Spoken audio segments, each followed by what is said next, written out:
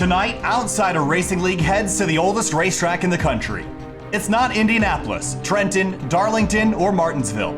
It's not a super speedway, nor a road course, nor a short track. It's a 1-mile track in the heart of Wisconsin, now surrounded by residential homes. The pavement here has stories over a century old. And although the neighborhood has fallen quiet in the past few years, Outsider Racing League knows no such concept. They know fast, and they know loud. It's race number 13 of the season in the 2020 Outsider Racing League from the Milwaukee Mile. Welcome to Sim TV. My name is Kyle Heyer, joined tonight by Finney and Dakota and Joshua Banks for what is sure to be one of the most exciting races of the season. Finney, and welcome back tonight. 140 laps around the Milwaukee Mile. Yeah, absolutely looking forward to seeing these guys go around such a historic racetrack. It really is sad that this track has fallen out of the eyes of American motorsports in recent years. Hopefully one day it'll come back, but for now, we're here with the Cup cars, which never really got a chance, at least in recent years, to come to this facility here. But as we start qualifying here, currently it's Adam Cabot in the 77 at the top of the board. Joshua, welcome back to the booth here. You were here last week for Iowa. We were pleasantly surprised at how amazing that race was after a shaky round at Charlotte a few weeks ago. Tonight, though, the Milwaukee Mile, totally different racetrack than where we were last week. It's very flat and very prone to disaster for drivers trying to just make it to the end tonight. Yeah, man, we got a good race on tap tonight, and hopefully we can continue on from last week and get a good race tonight. A couple guys here, first time coming here, so let's see how they run. Hopefully they can keep straight and make it to the finish, but still got Cabot up on the pole here, so he's looking some speed here with Bell following behind, so got some good drivers up front right now. So right now there's David Mott Jr. coming across the line right now. He will log a 29.125. He will quickly go to 5th on the board. Yousuf Ghaly in the 54. Finney, it's been a shaky couple of weeks, but last week at Iowa started to turn things around. It wasn't quite the night that he needed to grab the victory, but starting to get some consistency back in that Grid Life Touring Cup Toyota Camry as he heads down the back straightaway.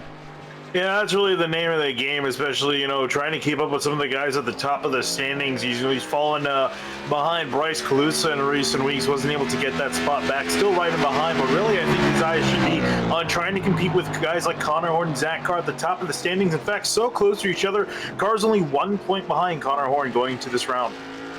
So tonight, it's a 140-mile event here, Josh, as we head into our 13th race of the season. The chase is coming up here, the playoff system, whatever you want to call it, not too far away.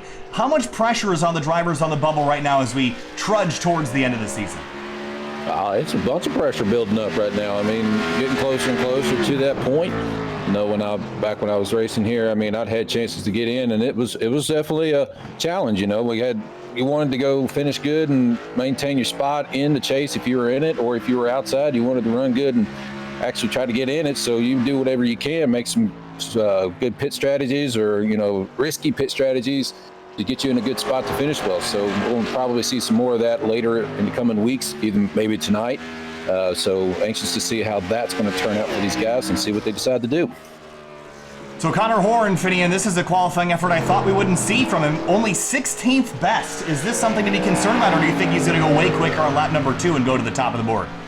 I'd be surprised if he doesn't go a lot quicker on lap number 2. We've seen a really good pace out of the 3, if not the de facto car to beat week in, week out.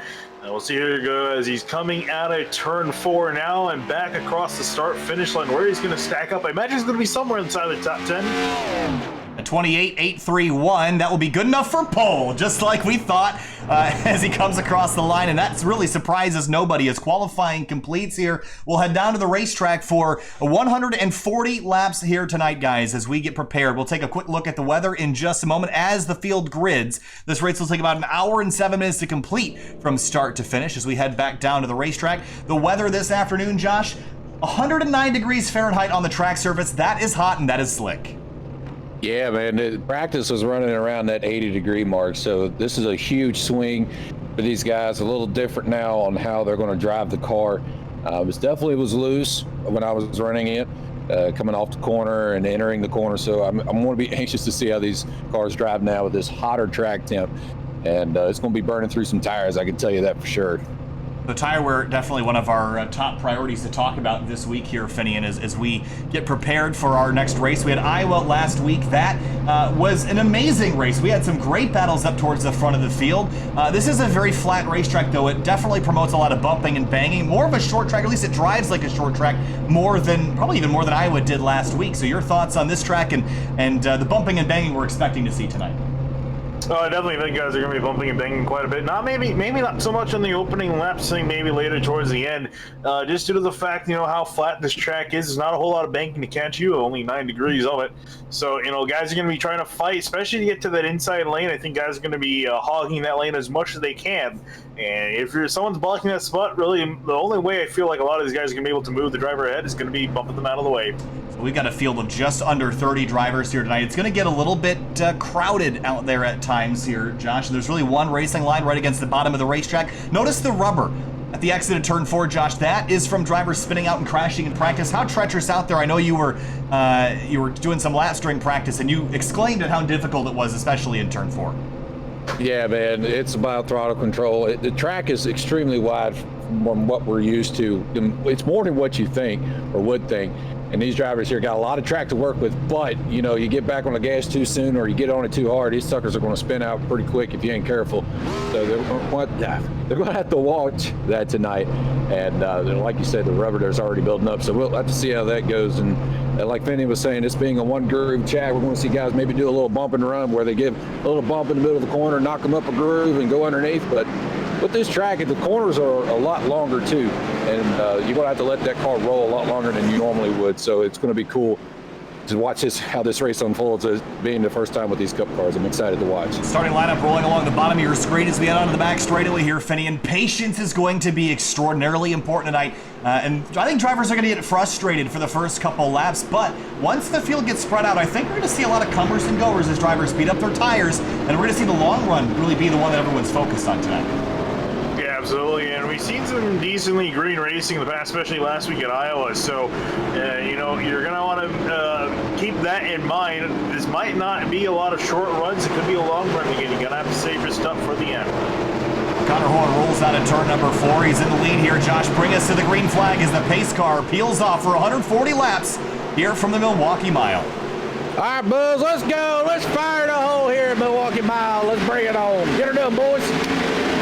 Green flag in the air in Milwaukee Mile. 3 wide out into turn number 1 in the mid-pack. Everyone else so far trying to find room to race. Conor Hom keeps it out front, side-by-side for second. Carr and Cabot side-by-side on the back straight. Yeah, neither driver getting an in. Shares cars trying to get ahead of Cabot on the outside lane. Again, we're talking about the inside being the lane to beat. Carr going to go a little bit wide. How long can he stay there? Looks like not a whole lot longer as Cabot gets a great run through 3 and 4. Zach's going to try to look underneath. Cabot with the block going into 1 here. It's going to be tough. You got to get hard on the brakes going into these corners here because these cars have a lot of weight and a lot of speed, and this track is being as flat as it is. It's going to be tough getting on entry. Cabot, you see they're getting a little loose already, and they got Sprau back there getting a little tight. Man, these guys are racing hard already on the opening laps. Yeah, Sprau was way wide exiting turn number 2. There's Yousuf Ghaly following the 15 of Alex Bell and the 26 of Halpern at the exit of turn 4. Trying to get the power down on corner exit or fitting. It's going to be tricky all day long.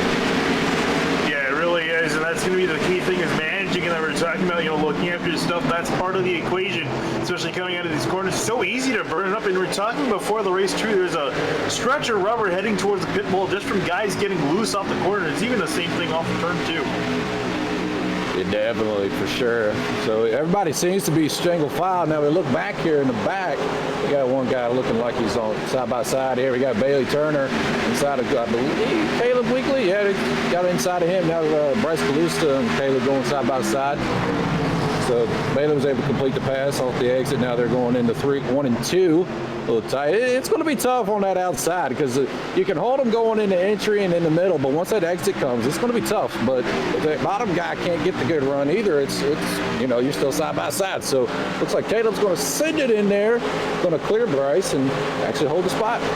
Here's an appearance by Reggie Ortega in the number 2 car here, Finney. Doesn't make a lot of starts in a while, but when he does, he's usually pretty solid. He's 15th right now after starting night in 19th position, so he's moving forward very quickly. I got my eye on this Camaro right now as he works his way through 1 and 2. Yeah, it's going to be definitely going to be a matter of seeing how far the guys up in the back are going to go to the front, how much of the guys in the front, some of them at least, going to drop to the back. And you see time and time again as the run goes up, you see those few guys have been saving this stuff, they rocket through the order. So that's another thing to keep concerned of, is this pushing his stuff too hard at the moment nowadays, 5-4 positions. Yeah, I'm telling you, man, not much going on. Everybody's playing it safe right now, not really pushing their cars, trying to feel it out, being that we're on a hotter track than what we were in practice, so not really much battles going on. I mean, probably the closest one we have up front is for Cabot and Zach Carr.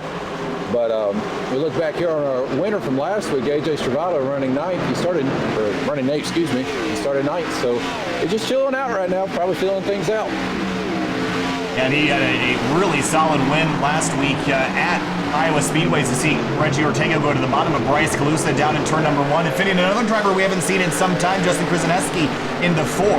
He started his night, looks like back in 18th. He's gained 2 spots. Was a little bit frustrated in practice, but so far it's been a pretty good night for him. He just got to stay out of trouble and not a scratch on that car just yet.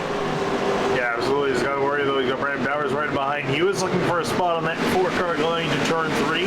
Krzyzewski going to power on through, get ahead of Calusa. Calusa going to drop back to 16th. And Brandon Bowers going to dive it in on the Calusa here.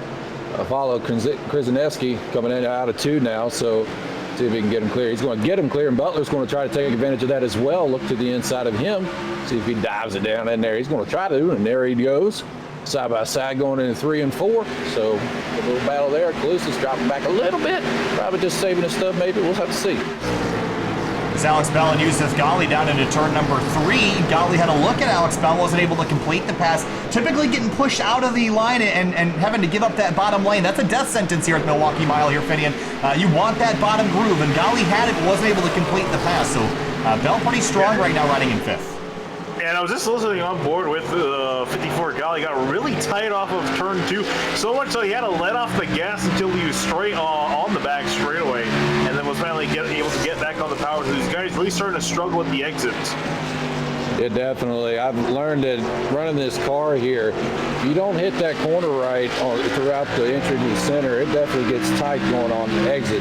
So if you give it a little bit too much gas before you should, it just wants to plow and go to the wall. But if you wait a little bit, let it roll through the center good, you should be able to rotate that thing pretty cleanly. So we got a battle back here. We got Martin Sprau getting around Zach Halpern back here. And then we got, I don't know who the 9 car is. Let's see. Brian Chambliss in the 9 car tonight. Yep. Yeah, he's going to be looking underneath. Going to try to shove it underneath. Door to door, hard, close racing right there. He's running the Redenzo number 9 car. Of course, Redenzo, a sponsor of SimTV, as well as Lazy Rocket Vinyl Produce. And for Lazy Rocket, if you're interested in any sort of stickers or you're looking for a vehicle wrap, I'm fairly certain the promotion code only applies to stickers, but you can use code SimTV to get 20% off your order at Lazy Rocket. You can check them out on Facebook or on Instagram. Just send them a message. As we got a great battle heating up here for 4th place now. Jeremy Miller feeling the pressure from Bell, and Yousuf Ghaly right behind here. It's getting pretty dicey for that 4th spot. Yeah, it really is. And Miller, a really solid run this race so far. Has not been the best of seasons for this number 30 machine.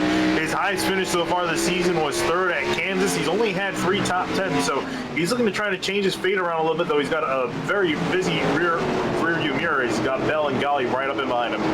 Yeah, man, it was pretty good, quick in practice, showed some speed there, but biggest thing now is to see how the long run's going to run. Yeah, anybody can run a quick lap, but we got to see how long run speed comes in, and that's what, right now the top 3 are checking out, leaving everybody, but we got Bell and Yousuf starting to make a run on Miller, so it makes me wonder if he's maybe burned a little up, but we see Bell and Yousuf drop back a little bit, so it's just a matter of who gets the good run and make sure we don't make a mess of it, David Mott Jr. started in 12th. He's back to 22nd, so I think he might have just pulled out of the way here early, Finney. I don't see any damage on that car, but certainly not the right direction at this point in the race. Yeah, I'm just trying to review quickly and see what happened to him. He just kind of was stuck in the outside lane and drifted all the way back down the orders, so it's not been a good start for him in this event, trying to turn it around as you look at Tim Downey Jr. in the middle of the screen there, trying to make a move on Bailey Turner. Yeah, man, started, let's see here, started 11, dropped back to 12th. And one guy I did notice who dropped back quite a bit more. Got Zach Halpern. He started up in 5th place. He's back to 10th now, so he's been dropping back a little bit. Maybe just checking things out as well. I mean, we're only 15 laps in, still got a long race ahead of us. So he's probably feeling things out or trying to understand something new or figure out a good racing line. But everybody's still, it's just spread out. Everybody's single file right now. It's just like, not much going on. But Stravado and Sprau, I tell you, Sprau had that moment where he got tight, but I don't know. It seems like he's making passes here and there. The exit at turn 2, he's going to run a little bit wide there, Finney, as Sprau continues to chase down last week's winner. Yeah, and actually, as we saw him a little bit wide out of the groove, I've seen him wide a few times. Not sure how much that is him trying to keep you down in the corners. You look up ahead with Yousuf Ghaly trying to work to the inside of Jeremy Miller. He's actually starting to build up a train of cars in behind him. And you see Ghaly to the inside. You see Bell tucking right in behind him as he goes side by side into turn 1.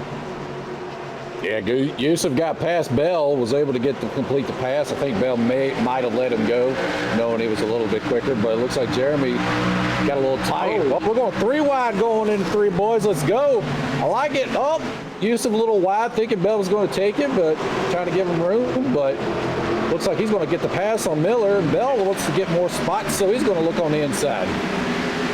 Look at the pack developing up in behind them. You got Stravado, Sprau, Chambliss also closed in, so everyone knows to tail in this group. And I'm curious if this is just Miller kind of burning up his stuff early. He's starting to hold guys up. You see Ghaly get ahead, and he's starting to break away here. Curious what else is going to peel him out. You see Stravado will have a look down to turn 3. Unable to get alongside completely, but behind him it's stacked up a big group of cars, including Brian Chambliss and Zach Halpern, who's trying to go back forward in the 26, but Stravado gets a great run at the exit at turn number 4, chasing the car down the front straightaway here, Josh, as he goes down into turn 1, trying to wrestle 6th spot away, and Sprau looking to take advantage of that as well. Yeah, I'll tell you, Sprau's hugging and chugging.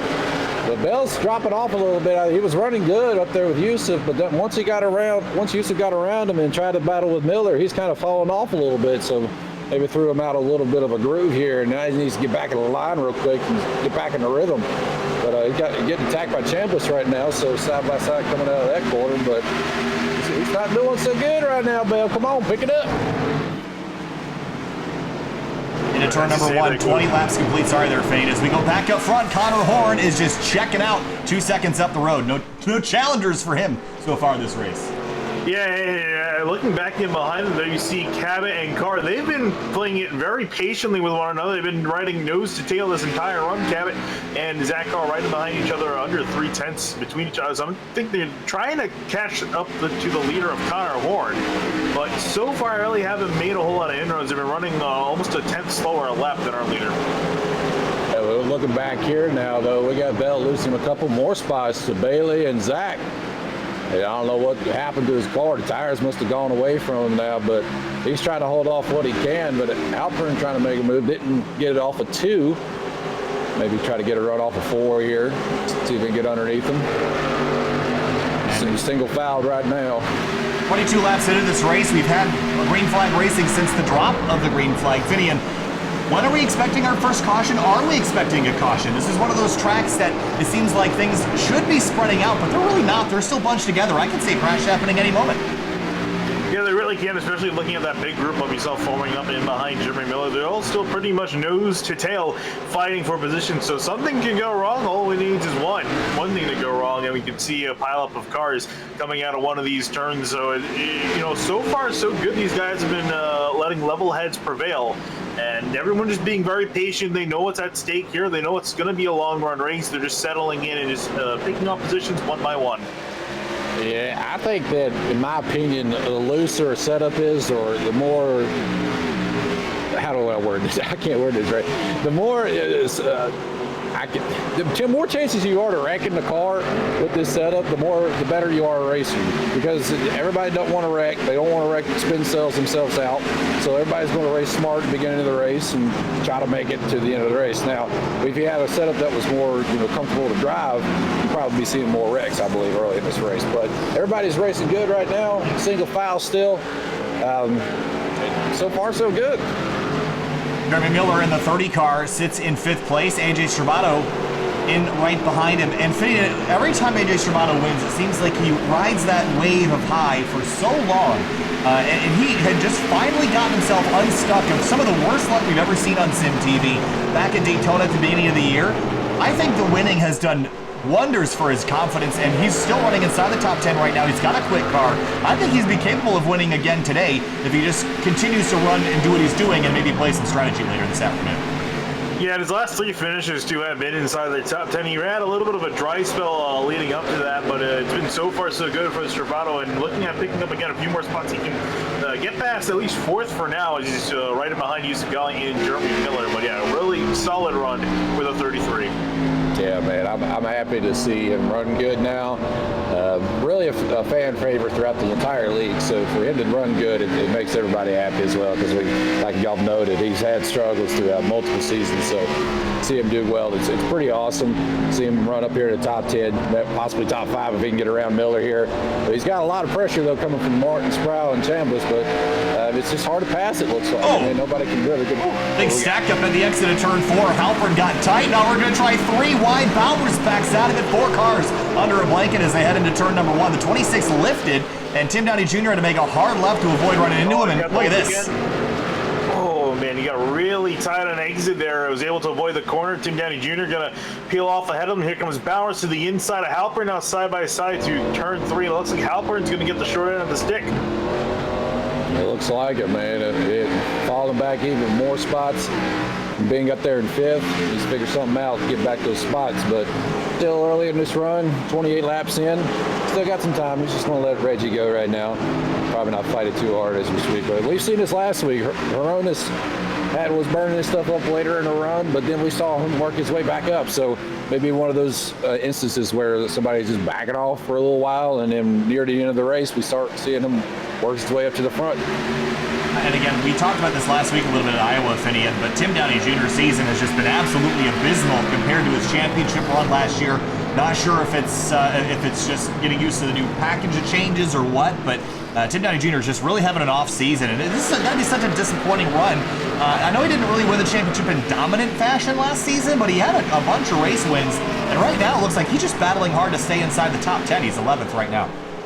Yeah, again, we've been both perplexed by this for the longest of times throughout the season, just trying to figure out just what's going wrong with Tim Downey Jr. this season. We were expecting him to be up there, maybe even win a race or two at the very least after winning the championship. And again, like you said, wasn't dominating, but it was definitely a really strong show of force, considering he was the underdog going into the chase last season, was able to take the victory away.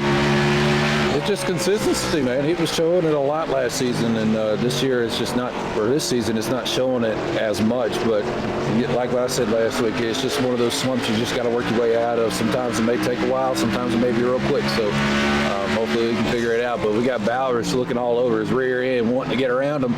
Got to do what he can, but trying to get that good run, and he's going to look underneath right here coming out of 2. Well, big stack up at the exit at 2, and Bowers will take that run. He was feeling pressure from the 2 car of Reggie Ortega behind, so he had to go, and he's going to do that just to the inside. And Downey's also going to let by the 2 car of Ortega, so move him back now to 13th. Bowers, Finian, starts usually inside the top 10, but I got a 20th place start. Maybe going the other direction is a good thing this evening.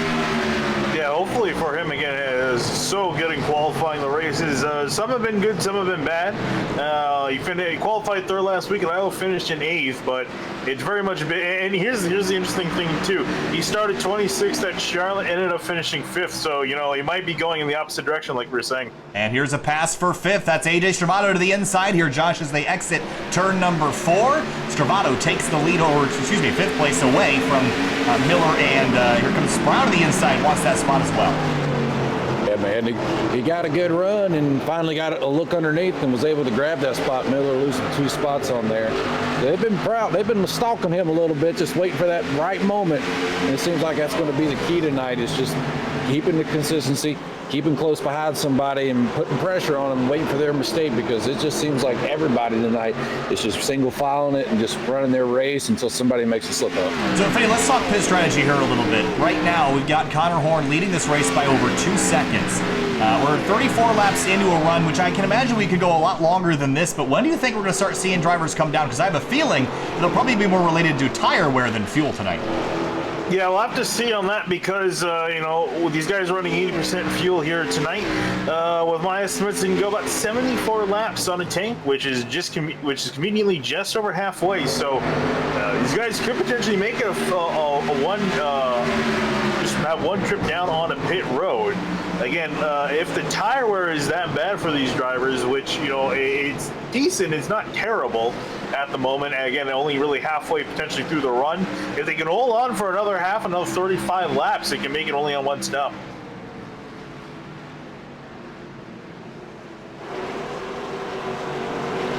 Chambliss a little out of line in 3 and 4. He'll tuck back in 10th place. AJ Stravado now is Sprau on him. Was that Yousuf Ghaly loose, or was that him trying to break a draft, maybe?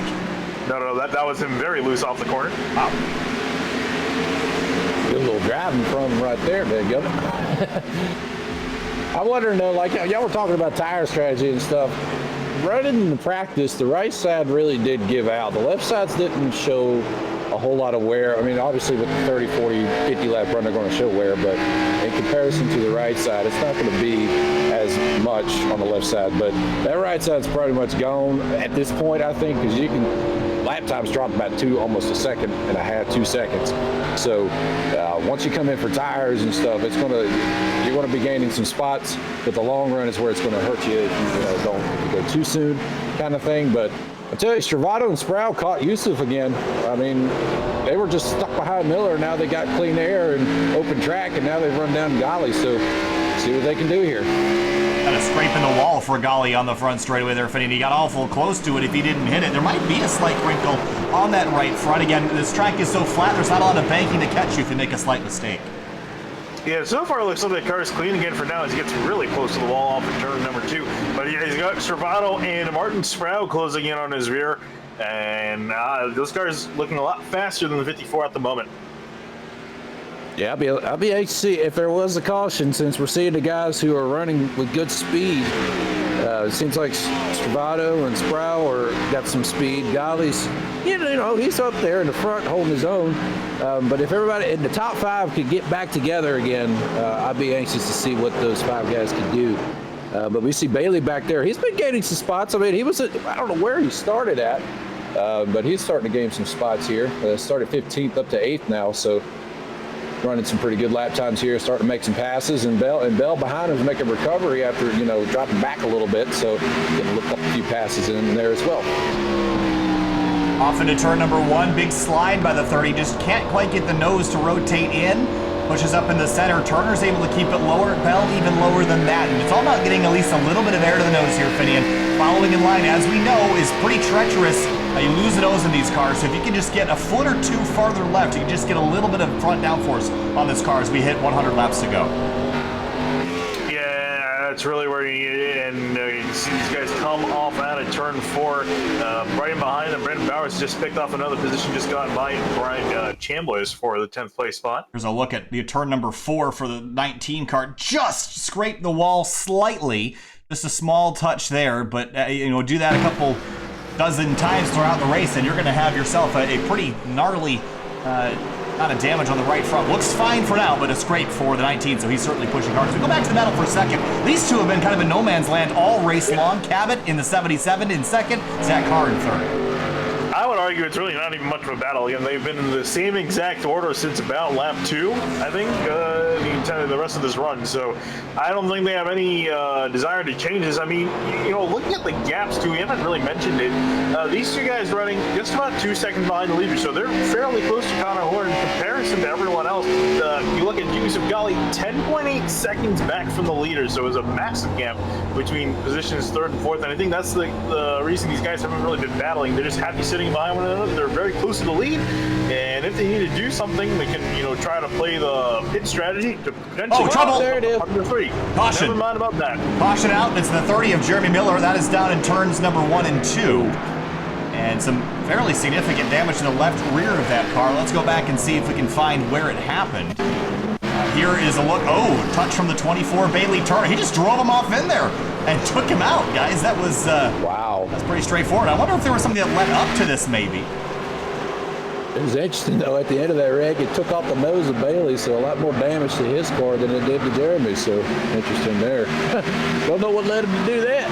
Yeah, the lap prior, you see the contact between them. The lap prior looks like the 30 kind of cut off the 24 going down into turn 1. I think that might potentially be what he was a little bit beat out. Well, let's go and see if we can find what we were talking about. Here is the look. This is the previous lap going down into turn number 1. Let's look them up above. Maybe? That's my only guess. I don't know, man. I don't know if he just over sent it and didn't realize Jeremy was checking up earlier or something, but that was weird. I don't know if that was intentional or not, but as you can see, everybody's pitting here, probably for tires. He got some fuel, get a refresh. Let's get back to good old racing here. Let's see if we can get some good passing here.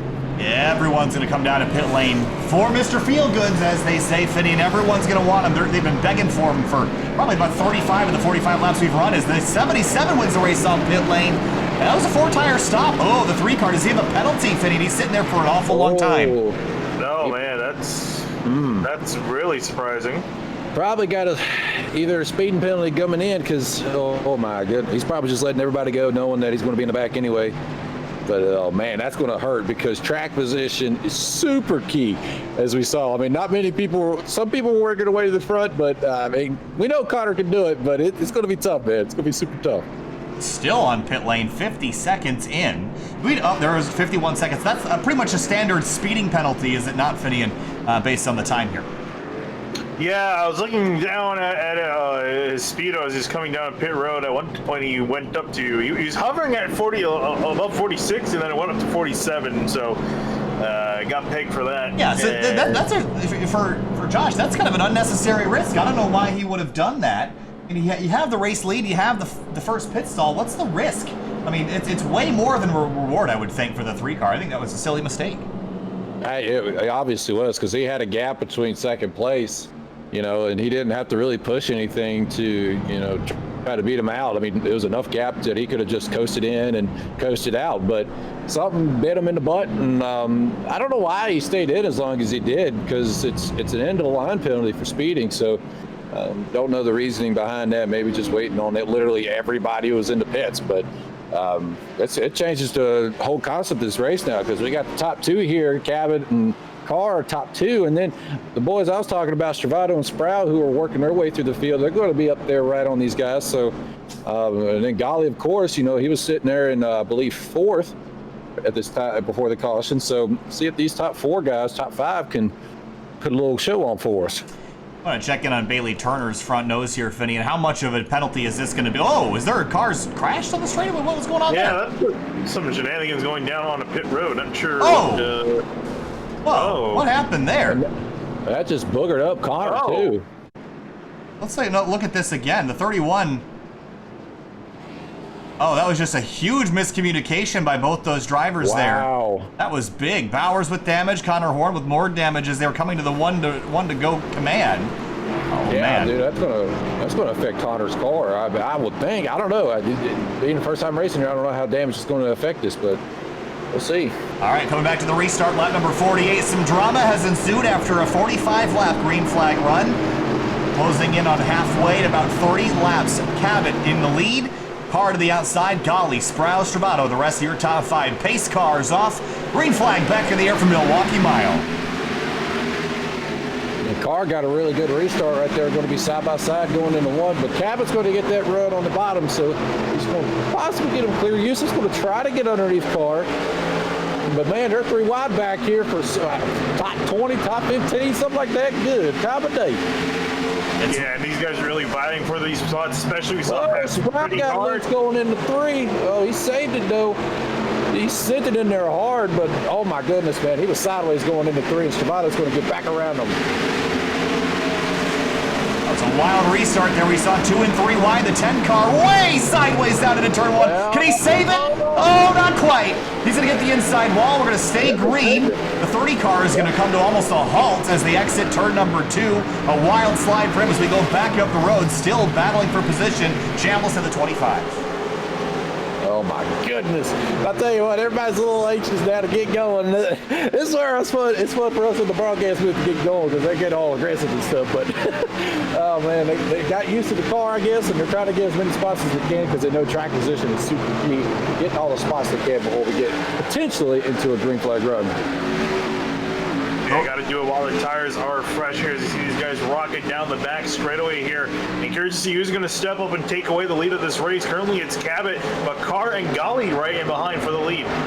Yeah, we saw the 10 car just get in there a little bit hot. I think might have wheel hopped it slightly or just driven in too hard and lost the rear end. But we go back to that battle for the top spot. Cabot, Carr, and Ghaly. 1, 2, 3. Three of these drivers very successful. Stravato's had a couple wins this season. Alex Bell has been in the hunt every week. A very solid top 5 running. Conor Hom is back up to 17th after the restart, but we watch this battle heating up for the lead because now, I think it was Finian, you mentioned earlier how Carr and Cabot had no reason to race each other. Well, now they do. Yeah, absolutely they do. I'm curious now if they might flip a little bit. You know, they might potentially try to just ride this out here and wait for the end because they got 2 really strong cars underneath them, though you see Carr on an aggressive line to the inside. You know, definitely throw that out the window. He's trying to take away the lead from the 77. Yeah, they won't be racing harder now than what they were instead of following the leader. But, man, I was looking back here in the back quite a bit to, like, Justin Kaczynski, Hronis, Chambliss. They're all side-by-side back here racing for this 13th spot, 12th spot, something like that. Yeah, but, for 11th right now is the exit turn number 4 there, Josh. Look at this. There's Conor Hom right in the middle of this mess. He's got the damage mostly repaired on that car, except for the stuff that he received from the 31 contact prior to entering pit lane. But this is a very dangerous time for the 3 right now, Fitting, as he negotiates drivers. He has not been around all race, and they're all racing very aggressively. And he just wants to get back to the front without any more damage. Yeah, that's the hard thing too. These guys, especially battling side by side ahead of them, there's nowhere for him to really go. I mean, he can try to be more aggressive and work his way around. As now they kind of get sorted out. He goes to the inside of Chambliss, will easily take that spot, but needs to slowly navigate his way to the front. As Chambliss tries to throw a block on Gagnon in behind, as the 83 throws up the inside. They're going to be side by side coming off of 2 right here. Bailey's lurking right behind both of those guys. Now, he was running a little bit further up. That's right, he got in the wreck. Now, what am I talking about? I forgot about that. But Horn's going to be looking back. Butler going to be able to get clear of him. So he's working through traffic here slowly, but he needs to be quicker because these tires are going to wear out quick, and he's going to be harder to pass people as later the run goes. That laughter in the 64, Casey Lakatos and David Mott Jr. all fighting together. I want to jump back up to the front of the field for a moment because we saw Carr close right into the back of the race leader. Wasn't able to get alongside him or by him, so they're going to continue to run nose to tail. 2 Camaros followed by a Toyota, then another trio, make it a quartet, make it a quintet of Camaros behind him before we see Alex Bell in the number, Martin Sprau and Bryce Kalu. Who's the one that broke that? I don't remember. All Camaros back here. Tim Downey, all the way back in 9th place. There's a whole lot of them out there. Yeah, I was going to say, I was looking up earlier. There's only 4 Toyotas and 2 Mustangs. Everyone else is in a Chevy. Who's in the Mustangs tonight? We got Laughter and Hronis is in 1. Ah, right, yeah. Yep, there he is. Very underutilized, these Mustangs, Josh. Not a lot of people run them. You'd think more people, there's more people running Camrys, which are typically the ones everyone hates to drive, but I'm surprised we don't see more Fords. Well, y'all in the Camry, so I can't say much, but those guys teams in the Camry. But I'm a Chevy guy. I've always been a Chevy guy. Most guys in here are Chevy guys, but it would be cool to see a diversity of manufacturers in here too. Seeing Fords, Mustangs, and Fords, Chevrolets, and Toyotas all throughout the field. But just everybody likes those the Camaros, man. They look sick. Let's get some Hyundais out there. I think everybody can universally hate on those cars as we exit turn number 2. 58 laps into this race, battle for the lead still 0.2 of a second between Cabot and Carr. Deeper in the field, there's Justin Krasneski. He's got Conor Hom behind him on a Trek back 4. You see the damage on the right front. Doesn't look that consequential, Finn. He should be okay. It's just about track position at this point. Yeah, you see all the way very close to the 4 Krasneskis are fighting for 11th place. Another battle I'm looking at that's pretty tight is, how about Reggie Ortega up in 6th place? He's trying to hold off Martin Sprau in the 19. I don't know. I think, did Reggie get around him? I mean, I thought Sprau was in front of him, but I guess not. But, yeah, it's a good little battle here. Sprau's falling back a little bit. at the little slide at the beginning of the run here, but see if he can work his way back up. He had a good long run car. Just watch him, maybe see if he can get past him and a couple other guys. But right now, Reggie's holding his own right now. Yeah, up from 19th to 6th. That's plus 13 spots for the number 2 VRL sponsored car as we jump back to the race lead, because Carr, again, I can't tell if these two are working together or driving hard, because if they were equal, they basically would look the same if they're equal and trying, or if they're unequal and not trying. It's really difficult to figure out what's going on. Yeah, really, like you said, it really is. And, you know, this could be them working together or just riding in single file. It looks, the lines that Carr is taking, it looks like he's trying to get closer to the 77. It doesn't look like he's trying to maintain his pace, but, you know, so far they remain 1 and 2. These guys, though, all things considered, very equally matched. Oh, big impact for the 25 at the exit of turn number 2. Caught the wall, and that was going to be fairly significant damage. You see the right front crinkle. And that's actually, that's not a light hit. That's a pretty sizable one there. And you can see that maybe actually the right front tire, the toe may be pushed out of that there a little bit, Josh. And it'll add up quick if you hit it more than once. Oh yeah, dude. It'll tighten that car up in a hurry on an exit. So you got to be sure not to slam it too hard. If you're going to do it, don't slam it too hard. But man, he's struggling a little bit tonight again, and it's unfortunate for him, man. We've talked about it before. But man, we're back up front. Car's is lurking. I mean, he's trying to keep the pressure. But Cabot, like I said before, as long as you keep running consistent laps, I mean, it's going to be tough to pass. And since these two boys right here are running tight lap times, I mean, it's going to be extremely tough for Carr to get along side by side if they keep running like they do. Last look through, looking at the lap times, actually, Yousuf Ghaly was 2/10 quicker than our leaders. So he's starting to creep into the picture. Don't keep him out just yet. He's still there ready to fight. He's been pretty much on par with, or even better than Conor Hom, at least for the first part of the season. Then it seemed like the dominance had switched hands to the 3 car. Then you could throw the 33 in the mix at least last week. So there's been a numerous amount of really solid drivers this season. But these front 2, oh man, they're getting so tight together here, Josh, as they battle for the race lead at the exit of turn 2. Carr is there, just needs a little bit more speed or momentum to get around the 77. Yeah, definitely. I mean, he's lurking. He's keeping more pressure on Cabot, but Cabot's being, he's keeping his head forward. He's not watching the mirror too much. He's trying to, make sure he don't make a mess up, because he knows once he does, Carr's going to take advantage of it. So he's just running his race right now, trying not to let him get in his head. And just slow, and then just go from there. I mean, Carr's getting some good runs, though. I mean, he's getting closer every time he gets going into the corner. He gets close, but it seems he loses it on exit. But they're still, 1-2 right now, pretty tight. Oh, and actually up for the leaders, we go back there. Cabot goes way wide in the corner. That's exactly what I was talking about. And he's got loose. Yeah, it's easy to make that mistake. We saw him kind of drifting the last couple laps. Here's a look at what just happened off into turn number 3, watching the 77. Just drives up into the corner, and you can see the left front tire just turned back to the left. He tried to pull it back down the racetrack, but couldn't quite get it there, and Zach Carr goes to the race lead. And if we know anything, think back to Mid-Ohio, guys. I know it's a different track, but you give that 27 the lead, he's going to drive away. Oh, dude, he was one of those guys I was frustrated with because of how much faster he was when we were racing there. He was just on point, hit every quarter right. Somehow was able to make that much time. I don't get it myself, but it was crazy how fast he was there. And showing here tonight, he's got some speed, and now he's up front, got that clean air. He's pulled away from Cabot, so maybe he was being held up by him. It's hard to say. Maybe Cabot just had a little mess up there and backed off, but showing some speed tonight. Ghaly's looking closer too, and we got Stravato. I've been watching him in his cockpit. I mean, he's still got some distance to work on, but if he can get longer in this run, maybe get a little bit faster, he might be up there too. Watch out for that 33. Just trying to get power down very slowly and consistently, not to spin the rear tires. There's Reggie Ortega. He's hunting down 5th place Alex Bell. This will be the first time that we've seen the 2 car inside the top 5 that I fit in. And if he gets there and we get a late race restart, oh, my money's on the 2 car.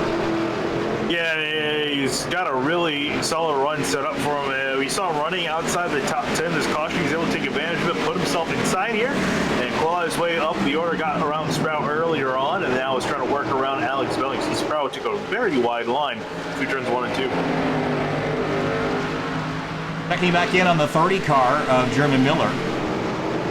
As as he exits turn number 2 right now, the number 19. And that car had mostly just rear damage, but it still seems like it's affected the pace of that car as we jump up. You see these two. That's Bailey Turner and Casey Lakatos. This is for position. Yeah, Bailey's. Oh, go ahead. Go ahead. Oh, no, I was going to say, Lakatos just sent it to the inside of Bailey Turner unsuspecting that, and had to go way out of the lane to avoid contact. So Lakatos going to aggressively get the spot. I don't think Bailey's car is right anymore. RPM's probably cut back a little bit after making contact with Miller. So, I mean, he's going to be struggling the rest of the night for speed, at least out of straightaway. So, maybe that's why Lakatos was able to get a good run entering, because of just how fast he was going on the straightaway. But looking at here, Gagnon and Butler and Kozeski all close together right there trying to battle it out. Still single file, but pretty close. Maybe somebody will make a move. There's Conor Hom in the 3-car back up inside the top 10 as we hit halfway in this race. 70 laps complete, 70 laps to go from the Milwaukee Mile. Your race leader is that car. The only other leader today has been the 3-car of Conor Hom. He's still got a lot of work left. It's a 7.5-second gap to the race lead. If he gets a caution, though, and a little bit of luck fitting in that 3-car, I still pick as this race winner. He was just that much better earlier today. Yeah, absolutely. Ran a really, really strong race so far. And again, started to pull away from Campbell. You saw him running pretty much on pace with the 77 when he was in behind, but now he's out in open clean air, is able to slowly pull away from everyone else behind. Not by a significant gap, but again, just keeping and managing that gap between himself and the second place of Cabot. Yeah, showing some speed. See Bailey Turner, or excuse me, Reggie Ortega at the exit at turn 4. Here's a look. Watch this. Oh, it came over a whole lane, and I bet you would see him more wild inside the race car. Here's a look. Watch his hands here. Whew, just a slight correction back to the right, but that tells me, guys, that the tires are starting to fall off, and we are closing in on the length of the run that we had of our first run today, which was about 45 laps. We're about 10 to 15 laps shy of that, but we're getting close to it here, Finn, as we start to think about making our last stop, our last run to the end, because you can pit now and make it all the way to the checkers. Yeah, but I doubt anyone's going to. I mean, you know, you're just putting extra laps on the second part of that run. If you guys are going to try to cut it even as much as they can, that's really, I think, we're going to find the most time gained from doing that strategy. You might see some guys also try to just run it a little bit longer, potentially hoping for another caution to come out. I'll tell you, with that new update coming out with the limited of tire sets, you know, if that was in play here tonight, dude, I'm telling you, that would change things so much, like a lot. It'd be so cool if we had that now. But you can see here, Sprau just putting pressure on Reggie. Now, he got a little bit of the apron there, got a little loose, but he's still been putting pressure. I mean, they've been staying like this for a few laps, so Sprau goes real wide going into 3. Try to maybe do a little late apex, maybe, but that's going to be tough to do. You need to run that bottom, but man, it did get a pretty decent run, and Reggie got a little loose, so it's just different lines maybe being taken here. Seen drivers kind of experiment all day today. We actually saw the 19 get a little bit of that inside rumble strip, and that is a rumble strip down there fitting its paint. And if you get on that, it's a lot more slippery than the surrounding asphalt. Sometimes it can help the car rotate, but on a hot day like this, it's going to do nothing but make your car even looser. Yeah, absolutely. I think you're going to see guys try to avoid it as much as they can. They want to try to get down there, to get through the corner, the shortest way around the corner. But you got to avoid that. If anything, ride that white line. But it's a very fine line between that and the curb. And luckily, so far, we haven't seen guys get around. But there's always a first time for everything. And Justin Krasneski in the 4-car, Brian Chambliss in the Renenzo Camaro back in 15th place. And Krasneski's had a pretty good night considering how much he was expressing his displeasure about this racetrack earlier today, Josh. But he's hanging on. I'm sure he's not having a blast right now as he's got the 9-car all over the rear bumper. Yeah, you just get one of these tracks where you just don't seem to figure it out. But, I mean, he's running decent, not top 10 worthy, but showing some, consistency here. He ain't spun the car out or nothing. That's the main key. So, because you never know what could happen later in the run. So, good little run for him. I mean, maybe he'll figure it out later on. I know he's a fast guy. He's a real smart guy racing, so he'll figure it out, hopefully. But go back up here to Martin Sprau. He got around Reggie, so put him in 6th place. Put Reggie back in 7th. Checking back in with our race leaders here, Finney, and Zach Carr has set sail 1.1 seconds and not closing in at all is Adam Cadwell. He's starting to drift back and by about a half a tenth a lap and falling into the clutches of Yousuf Ghaly here shortly. Yeah, Ghaly trying to gain up some momentum to catch that 77, move himself up into second place. And really potentially seeing if Cabot's, run his tires a little bit too hard in this opening run. He got really sideways down at the entry into turn 1. And I think Ghaly was able to save his stuff just a little bit better than the 77, so we could see them battle it out here very shortly. Ghaly got the Grid Life Touring Cup paint scheme on it. If you're unsure what Grid Life Touring Cup is, well, it's basically what NASCAR used to be, but road racing. It's essentially cars that are very close to stock and some that are very not close to stock, but they're all racing on the track together. How about a Corvette, a 1991 versus a 1992 Civic versus a 2018 Honda Odyssey? Yeah, that's Grid Life Touring Cup. You can watch it for free on YouTube, and we actually do some commentary for that. We'll be headed back to Gingerman Raceway in South Haven, Michigan in a couple of weeks for the second round of the 2020 Grid Life Touring Cup Championship after their first round at Circuit of the Americas earlier this year. So it's a really fantastic series. To find out more, you can go to www.grid.life to find out more. Halpern and Gagnon, this is a battle for 11th, and Finian Gagnon's having a pretty good day so far. Yeah, just running nice and solid in the midfield here. He's got Halpern and Tim Downey Jr. right up ahead of him. These guys have been nose to tail for quite a few laps. Gagnon's actually caught back up to the 26. You see him now make a move to the inside into turn 1. Oh, he's going to push up a little bit right there. Halpern got a little tight as well. Gagnon's going to get the run. Butler's going to try to see if he can get that, but it ain't going to happen here. But fancy spot for Gagnon. He's going to look for Tim Downey now. See if he can gain more spots.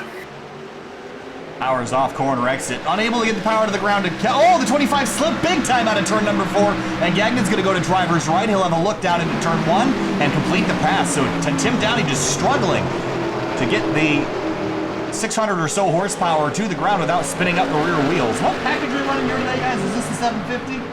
Yeah, it's 750. Low rear, low spoiler package. So yeah, you can tell. Got a caution on the track. Oh, Krasinski. Yep, and his day, we were mentioned earlier how it wasn't quite as bad as he maybe thought it was going to be, but our second caution of the day comes out just about 40 laps after our first. Ooh. Krasinski goes around at the exit of turn 2. Finian's going ooh because I think there might have been some contact involved here. Yeah, especially who it was too. You see the 24 Bailey Turner looking up the inside, going to drift out wide, hit the 4. Ooh. Yeah, I have to look at this again. There definitely was contact there. The question is, we'll take a look from up above maybe if this is a better indicator. I think the 4 stays a little tighter to the inside than I think maybe the 24 was expecting. Yeah. There was still about 2 car widths up there, Phineas, so maybe that's what the 24 just thought the 4 would track out wider.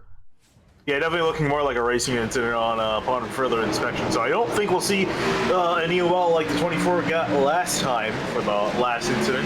Yeah, I don't really think that should be a penalty on the 24s. I would honestly put that more on the 4, just because I understand you got to leave space on the bottom of the or up on the top of the racetrack for that car, but he was kind of taking a very non-traditional line, about 2 or 3 car widths off the traditional racing line, so an issue there. But Zach Carr wins a race out pit lane, and interestingly, Yousuf Ghaly comes out in second, Josh, so that'll put him on the outside of the front row for the restart. Yeah, and I don't want to bring this up to all the drivers, but that number 3 car worked his way up to, I believe, 8th position. Now, I don't know where he's at now. He's back in the pit lane again, so he's probably getting more damage, but I was going to say he's worked his way up to 8th, and I was going to watch out for him on his restart, but it seems like he's staying in, getting some damage fixed, so scratch that. Could be. I'm trying to see if this is damage or if this is maybe another penalty thing. I can't imagine he'd do the same mistake twice.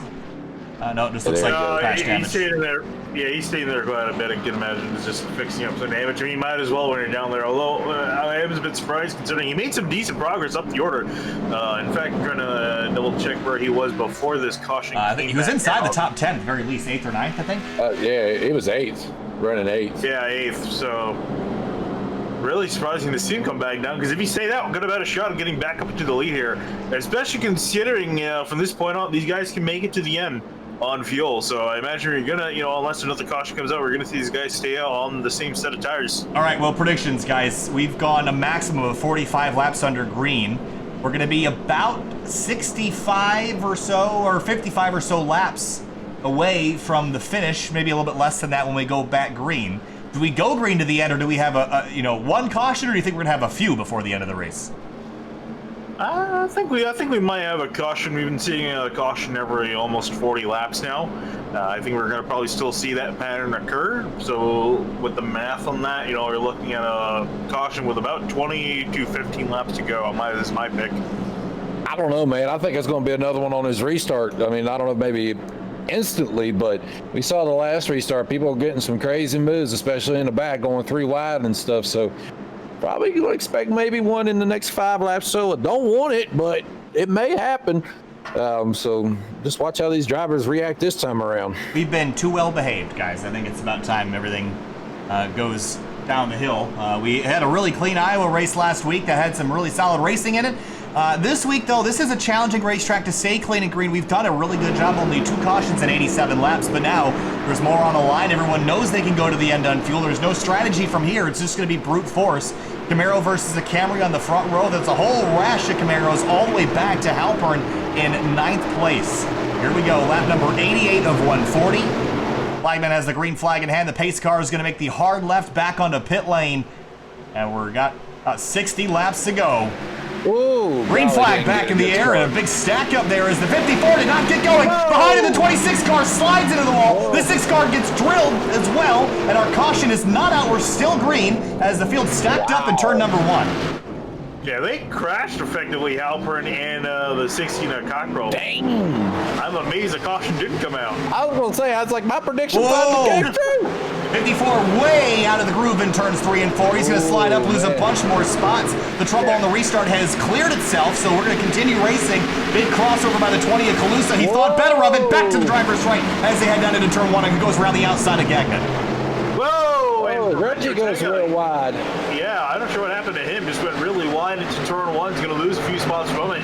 Speaking of which, Ghaly still trying to recover from an abysmal restart that cost him a few spots. So a lot of action going on here.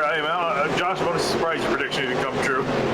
Yeah, I was shocked myself. There it is. There it is. Oh, there it is. This time it's the 48 car, the 29 of David Mott Jr.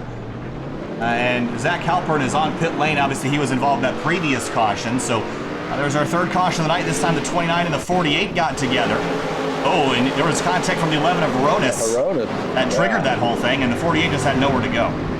Yeah, big old stack up right there in the center of that corner. Everybody was just trying to get it to rotate, but everybody stopped, so nowhere to go really right there. But just tight right there for them, and couldn't check up in time.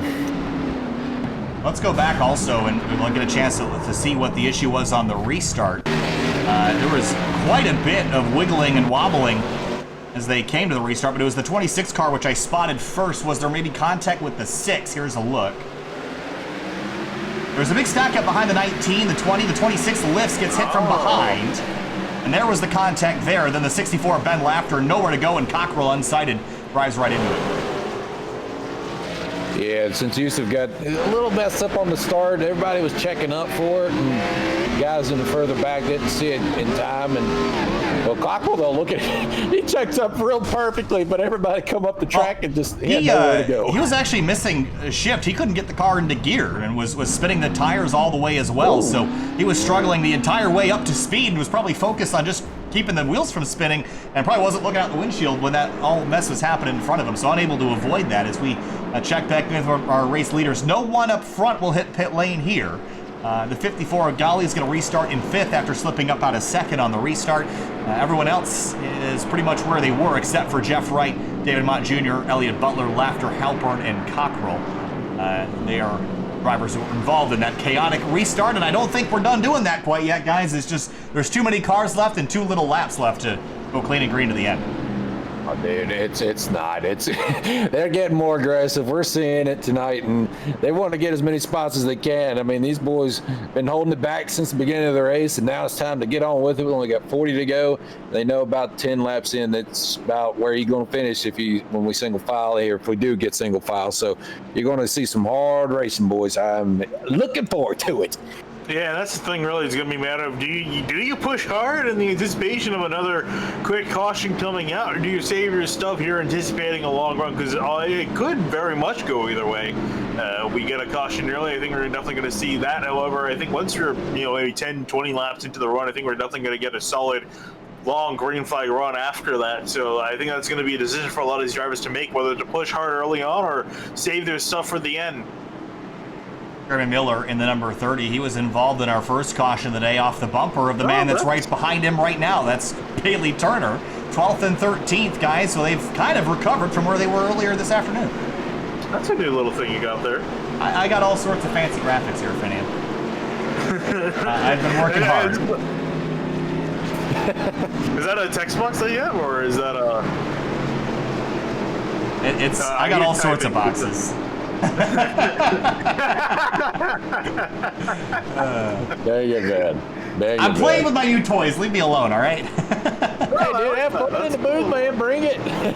Yeah, no, I actually have 3 of them, so I can leave stuff in certain boxes and not have to rewrite everything every time. So if there's something notable I want to come back to, I can type it out and then have it saved. I'm also going to do one that has the number board next to it, so I can do the involvement record, that sort of thing as well. So. Yeah, so it's going to be kind of nice, I think, to have all that. As we come back to the restart, be lap number 94. 45-ish laps to go as we come to the restart. Parr, Cabot, Bell, Stravato, and Ghaly, your top 5. Pace car is going to peel off. Here we go, 140 miles, 140 laps. We've completed 93. Green flag back in the air. The 27 moves the driver's right as they all scramble down to turn number 1. Contact the back car. The 25 slams the 2 car to the wall. And more cars torn up. This time, the 25 in it. 26, I think, has come to a stop. But Reggie Ortega, who had such a solid day going, that car is absolutely demolished. Yeah, I'd say his hopes for a good run are done, and it's a little bit beat up right there. A little like a modified, just a little bit. But don't know what happened here, though. I didn't see what happened. Go back and find out. This is, again, our 4th caution of the night, and there was certainly some contact that led up to this. So let's go back and here's a look right here. So the 30 car? I think it was Jeremy Miller. Yeah. Gonna pull left here. Yep, it just drives into the back of the 25 into turn number 1, and then Downey corrects and just clobbers the 25, and he slammed. That is the worst angle to hit the wall at there. That's tough, man. Jeremy was just trying to get to the bottom as everybody else was trying to, and he just didn't anticipate Tim's breaking point and kind of sent it in there a little bit too high, and then that just felt the chain reaction. Gosh, that's nuts, man. That's a hard impact right there. Oh, man, that is. And then watch this. Watch the 10 car of Caleb Weekly coming through here, sees this 25 car spinning. And the 64 Ben Lafter, he's trying to slow down. He just grazes the nose. Watch the 10. Yeah. Pulls to the right. That's 5 inches at over 100 miles an hour. Closer than that. Could fit a piece of paper through that sucker. Here's a look. On board Caleb Weekly's car. We're right on board the inside here.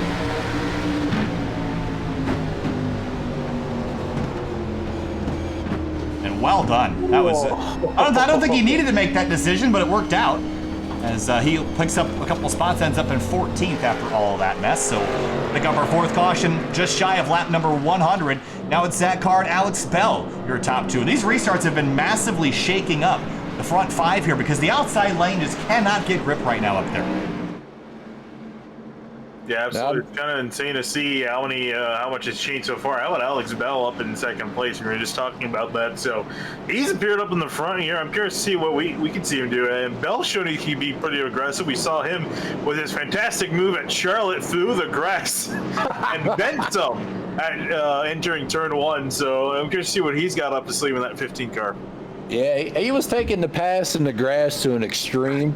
So tonight, I don't think there's much grass you can pass on, Bell. I hate to break it to you, but if you try it, I'm going to laugh first, and then I'm going to be like, what you doing? But, yeah, we're a good run for him, though, because we saw him get into the race, dropping back a little bit, taking advantage of these restarts, got up to 2nd now. But he's going to have his work cut out for him because he's going to have Cabot, who's been fast. Got Zach Carr, who's been really good on these restarts. And being on the outside, you want to time that sucker good because when Zach goes, he's gone. So, and then if Cabot can time it right, he's going to be right underneath him. So it's going to be a good, it's going to have to get a good restart here to maintain second. There's AJ Stravato. He won last week at Iowa in his number 33 car. Second win on the season after taking the season opener at Daytona. He'll be restarting on the outside of the second row as we re-rack him and restack him for another go at this restart here, guys. It's been messy the last couple times, and all the while, the driver that led the opening stint today before getting a pit road speeding penalty and subsequent damage on pit lane, Conor Hom, he's back to 11th. So all these cautions are doing nothing but helping him. Brandon Gagnon has worked his way up into 7th in the number 83, so he continues his climb forward as we have a quartet of Camaros leading the first 2 rows here. A lot of red and black and silver up front as well.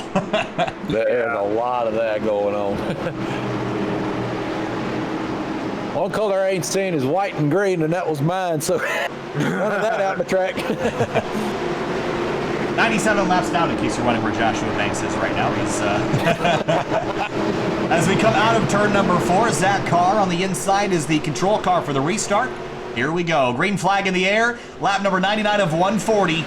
Just shy of 100 miles in this race completed. Green flag back in the air. They scrambled out of turn 1. The 54 sideways as he enters the corner. Gagnon on the inside of the 20 of Calusa. Chambliss and Turner side by side. They lean on each other in the background, double wide behind him. That's for 12th. There's Casey Lakatos up inside the top 15 now. Yeah, clean green for now here. The guy's still going hard. How about Martin Sprau making a dive to the outside of Oh, he's out of control! He saved it.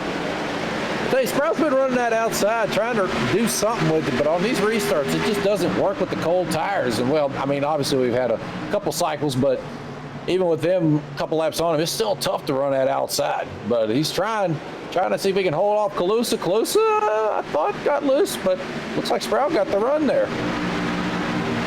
That was a slide too many for the 19. I just don't like this outside groove in 3 and 4. You can see him fighting the car as these guys are out front. They're sidestepped like Blue Angels as they exit turn 4. Big slide for the 15 and for the 33 as they run 3 abreast for a moment at the exit of turn 4. Yeah, Bell was look at this really mess. way out of the lane.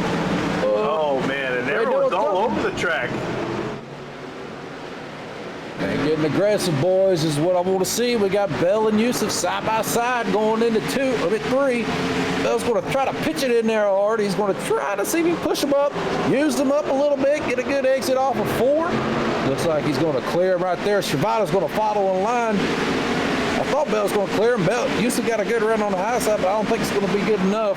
Bell's going to dive it in there. Pinch Bell down to the apex over the curbing, trying to ruin his run off the corner. Ghaly really wants to get this move done. And he's unable to do it. They're still going to run side by side down the back straightaway here into turn number 3. It's a lot harder to hang out there in 3 and 4. All the bumps out there make it that much more difficult. I am amazed we haven't had a caution on this restart because we've seen some elbows out racing. Ghaly gets cleared by the 15. Now Stravato gets it done as well. Here comes Gagnon in the 83. And here comes Horn. I'm telling you, watch out. The restarts helped him get back into position here, and he's looking right under Gagnon. He's got some work to do. Car's pulled away quite a bit, so he's got these 3 and 4 guys to pass, and then he's got to pass Cabot, and then he's got to get back up to the front. So he's got a lot of work coming out. He's got less than 40 to go, and we'll just have to see how this goes. But they're tight right here, all single file right now. Ghaly really loose off the car, almost hits the wall on exit here, and Conor Hom lurking in the background and behind. See him have a little peek to the outside lane, trying to diamond the corner here on exit, gonna tuck back down to the inside to get a great run off at turn 2. See it right here as the 3-car pops out of line. Continue. It's not even going to be a competition here as Ghaly tried to fight it for a moment, but I think he realizes it's going to be futile, so he's going to let the 3-car through, so move Conor Hom back inside the top 5. Deeper in the field, Ronis has Jeff Wright all over his rear bumper, and these two had a bit of a contact earlier in the evening, or at least they were part of the same incident. 48-11, trading spots back here. This is for 11th spot. Shove it down into the corner here, trying to clear the 11 on exit. Verona's going to have to tuck back in behind here, so move right up into 11th. Yeah, we noticed Wright was running way in the back. At least I noticed he was running way back there. Probably just racing it out. But now that the race is getting closer to the end, he's worked his way up. Now closing in on the top 10. He's got Lakatos that got to get around, but he's working his way up. But we're looking back up here. Bell, Horn, and Stravato all tightening up right now. Horn's going to look like he's going to get a run on his Stravato. Looks like he's going to take a look. Probably going to throw it in there, knowing Conor. And Stravato's going to really go wide here. It's not a good idea to go that wide because here comes Ghaly on the inside. Stravato's going to end up losing 2 spots over that. Oh, man, look at this. Horn's got to run on Bell on the outside. Bell must have gotten a little loose. Picking him up and laying him down as he goes through to third now, Finney. And does he have time to get to the race leaders? Coming up to 30 laps to go. It's a 3.5-second gap. I think he's got time. He's flying right now. Look at the boys. As the 11 of Ronis turn around in between turns 1 and 2. All right, let's see how this happened. Ronis has had a couple issues tonight. Let's see what this one was all about. I'm presuming there was some contact here, maybe from the 4 of Krzyzewski down into turn number 1. Oh, yeah. Yeah. It took way too shallow of a line going down into turn 1. The car had nowhere to go but up on in the middle of the corner. That's a very typical flat track incident here. You see that a lot. You see it in New Hampshire, and I'm surprised we haven't seen more crashes like that today. They've all been fairly restart related, at least. Asking you shall receive. Suppose. Well, one person that wasn't asking for that was Zach Carr. He's the race leader. He's been the race leader, trading off with Adam Cabot and the 3 car who's behind him. So the only 3 cars who have led races today are the ones out front. Now, you pretty much have to pit here, Finney. There's no choice not to. Yeah. You need to get 4 Mr. Feelgoods to be competitive to the end. Yeah, absolutely. I'm curious to dare see anyone take 2. I mean, we only have about 20 laps on the side on either side. I mean, if you're a little bit further back, might as well take 2. Yeah, probably. I mean, the tire wear was mainly on the right side, so you might see a couple of those guys doing it. I'd have to see, but if you're those top 3 or anything, I wouldn't do it. It's too risky, but if you're in the back, I'd try it. But we'll see. Jeff Wright looks like he tried it. He's going to come out at least in 2nd, maybe even leading. So Jeff Wright comes out of pit road in front of Zach Carr, Adam Cabot. Butler, he takes a 2-tire stop. He will jump to 4th. Oh boy, guys, Only 2 drivers tried that. It was the 48 and the 6. It will be 1st and 4th coming to the restart. That puts Carr and Cabot 2nd and 3rd. Conor Hom back to 5th, Ghaly 6th, Bell, Stravato, Gagnon, and Calusa, the rest of your top 10. Interesting. Very interesting. I'm actually excited to see how this is going to turn out. May not turn out too good, but I want to see some strategy. Well, mixing and matching tires, Finney, and rarely goes without consequences. What do you think we're going to see here on the restart? I think something going to be hectic. Oh, is that car? He dropped. Oh boy, internet issues for the 27. No. We'll see if he rejoins the ticker. For now, he tumbles down the order. Yes, he will be back. So he is back. And, there he is. He's had occasional internet discontinuities, but when they happen, they're not for a short time. They're always for like 5 or 10 seconds, and then it's over. I don't know if someone's hitting the live switch at home or whatever, but... I think Josh gave up his internet to Zach Carr tonight. Yep. And Tim Downey Jr., Zach Halper, both the Downey Enterprises cars, those drivers are out for the night. Then Ben Laughter is back in. He's out of the race as well in 23rd. But the Cockerel is still rolling, but he's down in 24th, 12 laps down as it stands. Brennan Bowers also out of this race, so is Reggie Ortega. So up until about lap 90, we had all but 1 car in the field rolling, and that has very quickly turned out to not be the case as we look at the restart with 29 laps to go. Yeah, it's going to get more heated as we go along. Just got those 2 guys with 2 tires, and we got Horn, one of the faster guys here in 5th. He's going to be making some aggressive moves, and Zach going to try to get it around Wright if he's quicker. I mean, Wright might be quick with those 2 tires. He may have not used them up as much as we would think. So we'll have to see, and he's been working his way now that he's up front. Let's see what kind of pace he has. It'd be cool to see if he does have pace. Add a new guy to the list of guys who's been quick. So we'll see what happens here. Yeah, and for both Wright and Elliott Butler, Wright was 11th before the caution came out, with Butler being 15th when the caution came out. So, I mean, these guys have pretty much everything to gain from pulling this move off. If it doesn't work out, they'll drop back. Might even still be net positive from where they're running. So I like the call, again, for drivers further to the back, just to throw a little bit of a gamble. And I think these guys might have the pace to stay up here. We'll have to see here as we come to the restart. All right, it'll be 29 laps to go from the Milwaukee Mile. 29 miles remaining here in our 13th race of the 2020 season. Wright, Carr, Cabot, Butler, Ghaly, your top 5. Green flag back in the air as they rumble down the front straight. Big block by the 6 car into turn 1. Ghaly unable to go anywhere as he and Conor Hom run side by side through 1 and 2. Wright still holds the lead as they come onto the back straightaway on lap number 112. Wright did get a good exit right there. Pulls that car. So maybe right now it's holding off, but Butler's getting freight trained probably right now because he's got a horn underneath. He's got everybody stacked up behind him, so it's probably but look at him get loose coming off of 4. Zach's going to try to get underneath it with his run, but Wright's going to block him. Yeah, there's no way. That car is out of control right now, Finney, and slipping and sliding. Trying to get the power down to the ground, but it's going to be so difficult with those old tires. It really is. If anything, he's got to try to park the bus for Zach Carr to just keep that car in behind. He's definitely struggling for grip in behind. You can see everyone bunching up in behind Jeff right now.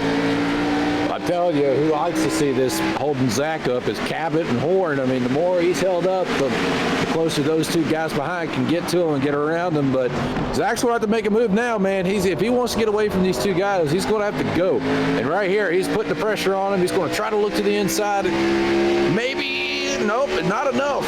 Not enough. Trying to wait for an opportunity to pounce. The 48 runs wide. Through comes Carr to the bottom of the racetrack. Cabot's going to follow him through.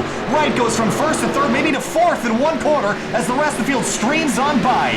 Wow, 25 laps to go. Big scramble behind him. Turner loose out of turn 4, fitting as the 83 goes around the outside. Going to try to work around the outside. Turner in the inside. We saw him really loose off of turn 4. He's going to get by Gagnon and just by as we go back up for the battle for second here. Conor Hom knocking on the door of Adam Cabot going to turn 3.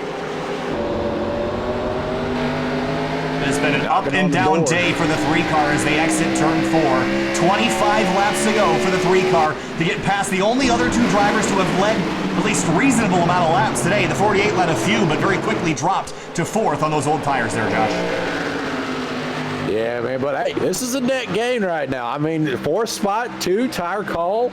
I mean, I know we ain't got much laps left, and Ghaly's all over Wright, but I'm down for this call, man. He's running good, but hey, don't blink out. Don't do it. But he's running good. I give him that. Lap number 117 of 140, quickly closing in on 20 laps to go. Conor Hom's only focus right now is to get by the 77 here, Finney, and so he can launch an attack on the 27, because he's going to very quickly run out of laps here. Only about 10 minutes worth of racing left. Yeah, that's also, again, excluding the fact that we might have another caution. You never know when it may fly. So I think for Horn, he's going to have to at least try to pick up maybe one of these spots here past Cabot. Then he can try to look at Zach Carr. But if not, he's going to be stuck in the same position we were coming to when the last caution came back out. But he's putting pressure on Cabot. Cabot defending the inside lane nicely. Horn nowhere to really go. Yeah, pretty much you're right now dead even on tires. Zach's kind of pulling away a little bit, and I'm going to throw it back to the beginning of this race. When Horn was out front, he had that gap between these 2 here leading right now, but they were keeping it close. You know, they weren't really pulling away. They weren't really closing up the Horn at all, but they were keeping it close. And now that we're seeing the opposite side of things with Zach up front and everything, will Zach have the speed now, you know, being up front, having that fresh air, and Horn now having to make some moves to try to get back to the lead, using a little bit more tire. It's going to definitely change things that we're seeing here. We're going to have 20 to go, 21 to go coming in the line. And something's going to have to happen if Horn wants to get back to the lead here. Yeah, so that actually brings up a good point, Finney. It is the dirty air, you know, has been negated slightly by the package changes in recent weeks, allowing the higher horsepower package as the 3 car really takes a look at the 77. But that has not completely taken away the fact that physics still exists, and these cars still punch a big hole in the air, and that means for Carr, he's got a great advantage being out front. Yeah, it was significantly reduced again with the package change, like you were saying, but yeah, it's still going to be there. Not as bad as it has been in the past. So I mean, Horn, you see him running pretty well in behind Kevin, trying to get a lane offset to get some fresh air to the car, just to have it rotate more through the corner. But again, just not enough to really get out by. He's going to have to do some drastic change, I think, to his line to get one up on Kevin. Kevin doing an excellent job defending. That being said, they're losing a lot of time to car ahead, who's starting to break away. Oh, big of an issue in the background. There's a 30 car, Jimmy Miller. He bounced off the wall at the exit of turn 2. And he's following Lakatos, Gagnon, and he's got Chambliss behind him. This is a 5-car fight for 10th with Elliott Butler leading this group. Yeah, Butler's the one who took 2 as well, and he's dropped back to 10th from being in 4th on that last restart. I mean, right now, though, this is still a good gain. Because like I said, I believe y'all said he was in 15th before the caution. So he's gained right now, but he does have a lot of pressure coming from behind. And if he doesn't hold these guys off, he's going to be looking back where he was before the caution. So a good gamble on him. Sprau, well, as I say this, he goes wide and goes up and all that fun stuff. But there you go. Yeah, Miller working to his inside now, looking like he might get by a dive down into turn 1. Chambliss also in behind, and then 9 trying to have a look as well. But Butler going to try to turn it back down to the inside of Miller. But again, the older tires on the left side is really hurting. Can't get a good enough rotation off the exit. These guys continue to battle for about 12th place right now, and they're having a good scrap. But I want to go back up to 2nd place because Conor Hom, interestingly, has been unable to get by the 77. Now we're closing in on 15 laps to go, and you need almost 15 laps just to complete a pass. We're seeing that right now with Cabin and Horn. So the question to you, Josh, is when do you use the bumper, and are you comfortable using it with this many laps left in the race? Just go for it, man, dude. You got to go. You don't know if there's going to be another caution. We saw that last week at Iowa. That last run we had, it went green all the way in after that last one. And this is almost like deja vu, but flip. We got Cabot running 2nd and Horner chasing him. Last week we saw Cabot chasing Horn and couldn't get around him. So this is a completely different scenario. But this time we got Carr up front leading the race and Sprau back in the top 5, top 10. So it's a little bit similar situation, but he's going to have to get on with it if he wants to get around. These two having a good scrap. This is for 12th place, Butler and Chambliss, as they've both gotten by the 30 of German Miller. Martin Sprau back here, still trying to recover from a poor mid-race here fitting as he tries to work back by for 13th on Butler. Look up the inside. Butler going to go way wide to the corner. You can see again much better rotation for the 19, able to almost clear. He's going to straddle the curb, almost go over the other side of it. You have to be careful too, because you can get a black flag for cutting if you take too much curve. You saw Butler nail the wall off of turn 2. Bryce Clusa going by, that's for 7th. Jeff Wright's strategy is still sort of working. Once he drops back below 16th, 17th, 18th, then I'll call it a failure. But for now, it's still a net positive for him. As we go back to the front, Carr leads by half a second over Cabot and Horn. Interestingly, Conor Hom was the quickest of the top 3 drivers the last time by, and I think he knows that pressure very quickly rising. The steam is about to shoot out the spout here for the 3 cars. He puts pressure on the 77. I think the thing killing him is, especially coming off these corners, just not able to get a good enough exit to keep up with that 77. So he loses a lot of that momentum down the straightaway. You can see he gains quite a bit on entry, but again, just loses a lot of it on exit here. There's Yousuf Ghaly, not out of it yet. He's not quite as quick as those front 3, but we've seen crazier things happen that have involved our race leaders. I mean, think back to Fontana a couple seasons ago. There was that big mess up towards the front on the last lap. And once the white flag flies, it's really game on from there. So we'll see how things pan out here. But just over 10 laps to go, 0.6 of a second. That time, Carr was the quickest of the front 3. Of the front 4, though, Ghaly was the quickest. I think for Ghaly, though, I think he's going to need a caution to potentially come out to get himself back in this. Might be able to pick up maybe 3rd or 2nd. I don't think we'll be able to drive for the lead. But again, just another solid run for the 54 car. Yeah, what about the point situation for the 54? I mean, as we look at the standings, I think the 54, one thing he really cares about is making sure that he's in the end of the season playoffs. And he's very much there. But where does he stack up against Horn and Carr and the rest of the field? Yeah, Yeah, so he's currently 4th in the standings. He dropped back 2 weeks ago to Bryce Calusa. Calusa's still ahead of him by 3 points. So Ghaly finding himself 4th in the standings. This should put him back up in 3rd. And potentially try to reel himself back towards the other guys, although Zach Carr looking to take away the points lead if they end as they run. But Horn sitting in 3rd, I can't imagine he's too terribly happy with it. He's got to, again, like Josh was saying, he's got to try something here as we're inside 10 laps to go. Yeah, it seems like Horn's kind of dropping back a little bit. Maybe the tires are starting to go away on him. But like I said, like that first run we had, we saw that when the tires fell off, these top 3 were pretty neck and neck in time. So Horn needed to make a move much sooner around Cabot to get around, because he's dropping back just a little bit. Now, it could be, too, he has had damage on the car. I don't think that's a factor, but he has had it, so it's a possible thing that may be affecting the car. But they're all just kind of stringing out right now, not really posing a threat to each other, and pretty tame right now. That's all that Zach Carr wants to see, Finn, is just everyone behaving themselves, because if we get a caution, that 3 car will restart right behind the 27, and that is probably Carr's worst nightmare right now. Remember, he won Mid-Ohio in dominant fashion. He's also won a couple other races this year, if I recall correctly. So he's had a pretty good season. This would just certainly put him in the right direction and really be able to combat that 3 car as we head towards the tail end of the season. Yeah, won at Darlington and Mid-Ohio, so looking to add win number 3 to his collection here.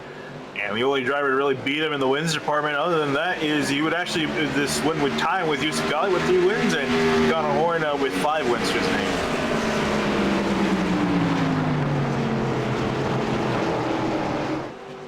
So one thing I want to point out, we got some drivers here that have been working through the field quite a bit. I'm just looking at the results here, or my standings here. We got Brandon Gagnon, who started 14th. He's up to 7th now, so good run by him. We got Bryce Calusa, started 17th up to 8th. Good run by him. And Bailey Turner, who has had an eventful night, been wrecked a couple times, involved in a couple wrecks. He's been started 15th. He's back up to 9th. He's seen a little pressure from Casey, though, which Casey here, I feel like is one of our biggest movers. Started 22nd. He's up to 10th. With y'all sticker saying 23rd, but I'm saying 22nd, so who knows? Believe yours. Yeah. All right. Then got Jeff Wright, who took the 2 tires. He's back to 13th, but he started 27th, so a good gain from him. Just a few guys there, but a couple guys who struggled. We got Martin and Jeremy, who started in the top 10, both of those guys, and they're falling back a little bit, so they're struggling a little bit on their end. But a few guys there have been having some good runs here tonight. Not normally up in the top 10, but running good tonight. Good to see it. 5 laps to go for the race leaders here. Finita's car works his way out of turn number 2. Half a second, and it isn't really closing that much. Cabot has slightly closed in, but I'm not sure he's going to get there.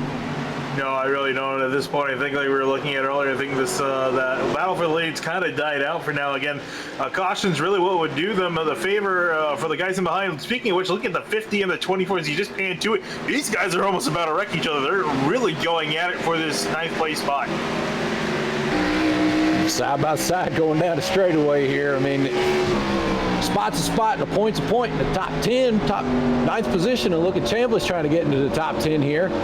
Looking underneath Bailey, he's going to pinch him down tight coming off a 2. I'm not actually sure where the 50 got his damage. I haven't really seen him involved in a wreck today, but he's got some fairly significant front-end damage, probably from a checkup before one of those accidents. So he's working pretty well with it inside the top 10 now. This would certainly be a great run for him and that Sim Motorsports Camry as he exits turn number 4. And Turner drops back to 10th and now is facing a battle from Chambliss and Sprau as we had 3 laps to go, and Sprau goes to the outside of the 9 car.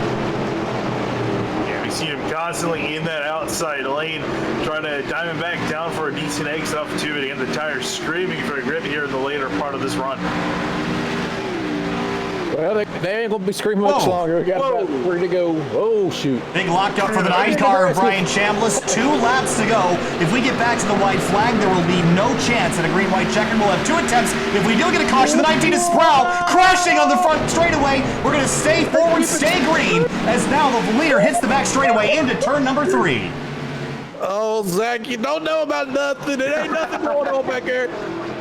Don't worry about it, but here they come. 1 to go. Cabot closed in a little bit. He's trying all he can. White flag. I don't think he's going to get him. Zach Carr has 2 wins on the season at Mid-Ohio and Darlington. Cabot is close behind him. He's 3/10 back. White flag in the air. Half a straightaway left on the back. Then 2 more corners, and Zach Carr will add a 3rd win to his season so far. Cabot drives it in deep into turn 3. Can't get the rotation he needs. Zach Carr, Mid-Ohio, Darlington, the Milwaukee Mile. 3 different tracks, 3 different wins. He'll bring it home as the 77 slides out of turn number 4. Comes across the line in 2nd place. What a battle. Good win for Zach, man. Good run for him. This is a good pace today, and whew, good little run there. Yeah, I'm sure he's definitely going to be glad he didn't see what was going on between the 24 and the 50. He would have had a heart attack probably knowing that, but just kept his head looking straight ahead, didn't make a mistake, and held off the 77 to the 3 for that final run. What a battle for Zach Carr. What a great job that he did. He was feeling the pressure there in those closing laps and was certainly making a few small mistakes, but Carr out of Michigan, his 3rd win on the season. He'll bring it home in Milwaukee tonight. What a drive for him, as he'll get to celebrate on the front straightaway. Howland Grounds here in motorsports history, the oldest track in the country. Didn't start as an auto racing facility, but has been used for racing for over a century, and Carr can now etch his name, at least in the virtual concrete here, the paddock at Milwaukee Mile. So celebrations for Zach Carr. I wanted to go back and look at turn number 4 as the 2nd place driver, Cabot, came across the start-finish line. He was wheeling it. We didn't really get a great look at it, so I wanted to watch this again as he came through the final corner. Look at him, and Conor Hom too. Look at them both wheeling that thing. Yeah, I think he figured might as well. We don't really have much to lose at this point. Might as well come across in style. Here's another look at it. They were following the rubber. They were doing everything they had to try to get that power to the ground. Look at Ghaly behind. He slipped up. Look at the Alex Bell car. He was all kinds of out of control. And even deeper in the field, I saw for 14th, David Mott Jr. and Martin Sprau. 95 thousandths of a second between these 2 drivers as they came across the line for 14th place. That was tight. Here's a look at your race results. What a battle we saw there towards the end. Cabot, 6 lead changes in the race. You wouldn't believe it. It'd feel like it was double that, as 29.119 was his best lap of the race. 5 cautions, 120 of our 140 laps were under green flag conditions. But drivers that edged a top 10, Casey Lakatos comes back in 9th. Gagnon, and disappointments tonight for Reggie Ortega. He had a really strong run going, ended up involved in a collision with some of the Downey Enterprises cars. Clifton Cockrell, one of those drivers as well. And of course, Brandon Bowers was out early. It looks like Ronis also had issues. He came home on the lead lap, but back in 19th place. So what a drive, what a race. We'll be back in just a moment for interviews.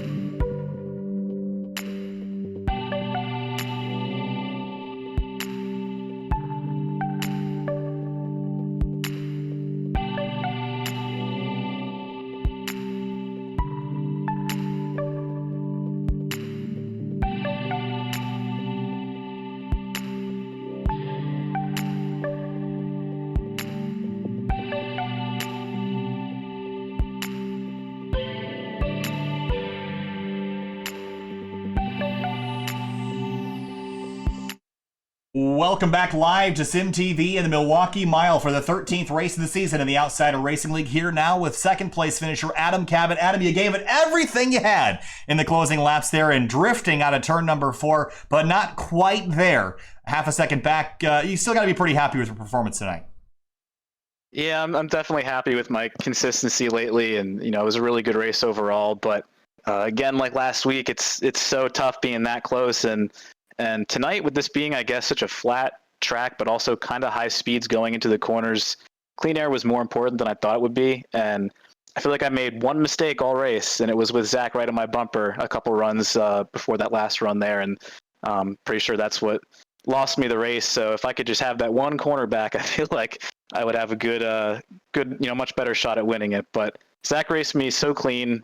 He was right on my bumper for felt like half the race, and he could have gotten into me and gave me a little bump, and that would have been acceptable, honestly. But he chose not to, and that's why in that last turn there, I probably could have driven him pretty deep and maybe given him a little bump and run and gotten by him. But he raced me so clean, I didn't want to win like that, so I decided to just try to throw it in the high side and see if there was some grip up there that hadn't been there for anyone that entire race, and no surprise there wasn't. But congrats to Zach.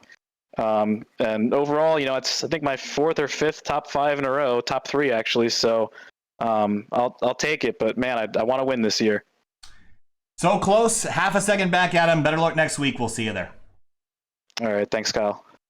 I want to apologize. The graphics were showing Adam Cabot was a race winner. That was just because he had the fastest lap, and that's how things were. Hey, I'll take it. I'll take it any way I can. I had contradicting information, but I basically have a graphic that's supposed to show the race winner, but it's ordered by fastest lap, and you had the fastest lap, so congrats on that. But you messed up my graphics, so win next time. All right. All right, we're here now with our 3rd place finisher, Conor Hom, who led the entirety of the first stint of the race. Didn't quite work out, though, Conor. Got a penalty and then some crash damage you had to fix, but you fought your way back to a 3rd place. With a late race restart, things might have looked different, but podium tonight. Tell us about it. Yeah, I thought I had the best chance at winning, and then I sped, and I got some damage under yellow from I don't know what happened, but someone hit my right front. And I had damage from that. Then on that second run, I hit the wall, so I had damage from that. So all the positions I gained, I had to go back again to fix my damage. And yeah, one more yellow. Maybe I would have had a shot, but it just didn't happen. Maybe it could have been different on that last run if I got by Cabot in time. I didn't really want to hit him, so I just kind of got to his bumper a couple times, and I let him get away. And the yellow. That last yellow never came out, so I was in no man's land in 3rd, so it sucks, but it is what it is. Well, next week we head to another mile racetrack, this time Dover, Delaware, the Monster Mile. Very different racetrack. Your thoughts on Dover, and do you think you're capable of winning there? I think I'll run up front there, but that's going to be more crucial to save the right front there than it is here, believe it or not. That trike eats up tires, and it can get real annoying when you're just not turning. I think the last time Oro went there, we had like a couple blown tires, so it probably won't be fun when it comes to trying to get the car to rotate, but hopefully I can get something going there. All right, Conor Hom, 3rd place tonight in the number 3. Thanks, Conor. We'll see you next week. Yep, see you soon. Finally, time for our race winner, Zach Carr in the number 27. The 3rd win on the season in the number 27 Camaro. Was at Mid-Ohio, then Darlington, and now at the Milwaukee Mile. This racetrack over a century old. It's seen a lot of winners today. Zach, welcome to Victory Lane. Your thoughts on the race tonight? Yeah, thanks, guys. It was fun. It was tough to drive. The car was really tight on a long run, but for the first half, everybody raced each other clean. They made a few cautions there, and I don't know. Me and Cabot were pretty close for the first couple runs. We were close actually all night. I don't know what happened to Conor. He seemed to be the fastest, and then pit road problems, I'm assuming is what happened, and gave us a great chance to get the win, and that's exactly what happened. We're asking Conor Hom about next week at Dover, another 1 mile racetrack, but entirely and completely different. You've won 3 races so far. Is there anything keeping you from going 2 for 2 this week and next week at the 1 mile tracks and maybe getting your 4th win of the season? Well, at Dover, I'm kind of not as good at saving tires at Dover with the way the banking is, so chances of me getting another win kind of low, but I'm expecting another top 5 run for sure. Hey, Zach, congratulations on your 3rd win of the season. We'll see you next week at Dover. Yeah, thanks, guys. Well, what a wild race we saw there, guys. 140 laps. Finian, your thoughts on the Milwaukee Mile? This racetrack is always entertaining, but tonight, especially in the late race, watching the tires burn off, that was extraordinarily exciting. Yeah, it's one of the things to get these guys wheel these cars around this track, trying to get these things under a grip while also trying to make some passing attempts. When, boy, do we see some with guys getting very aggressive at some points, trying to get to that inside lane. It was a lot of fun to watch.